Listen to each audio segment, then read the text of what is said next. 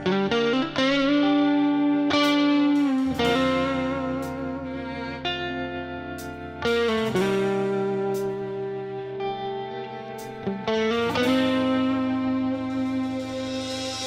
งสิหักอายหลายปานใดจำต้องปล่อยมือเจ้าไปทั้งน้องสิทุ่มเทเท่าใดหัวใจอายก็มีแต่เขาน้องบ่อยากฝืนทนคบกันกับเจ้าพอยันความปวดร้าวมันเพิ่มทวี นี่คือทางออกน้องคิดว่าดีสำหรับเฮาไปหาเขาสาวอย่ามาที่ท่าเอาอกเอาใจน้องพอหูดีว่าใจอายนี้นั้นอยู่กับใครถ้าเฮาฝืนคบกันต่อไปคนที่เจ็บหลายก็คืออายเองถึงสิหักอายหลายปานใดจำต้องปล่อยมือชาตินี้เฮาคงสิบ่คือบ่แม่นคู่กัน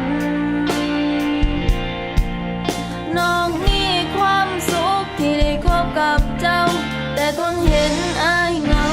บ่ได้เลยทางออกที่ดีปล่อยมืออายซะ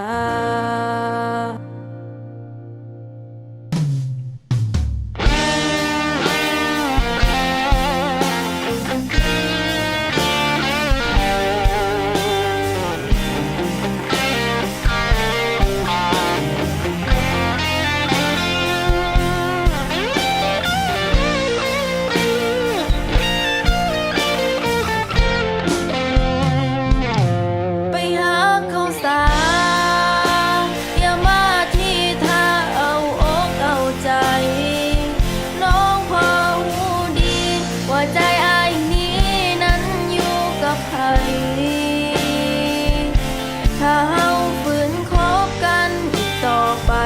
คนที่เจ็บหลาย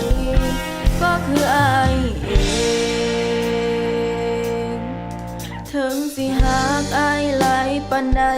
จำต้องปล่อยมือ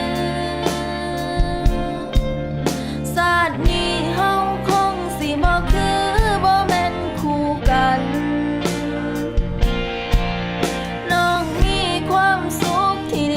กับเจ้าแต่ทนเห็นอายเหงาบ่ได้เลยทางออกที่ดีปล่อยมืออายซะย้อนหักแห้งอีหลี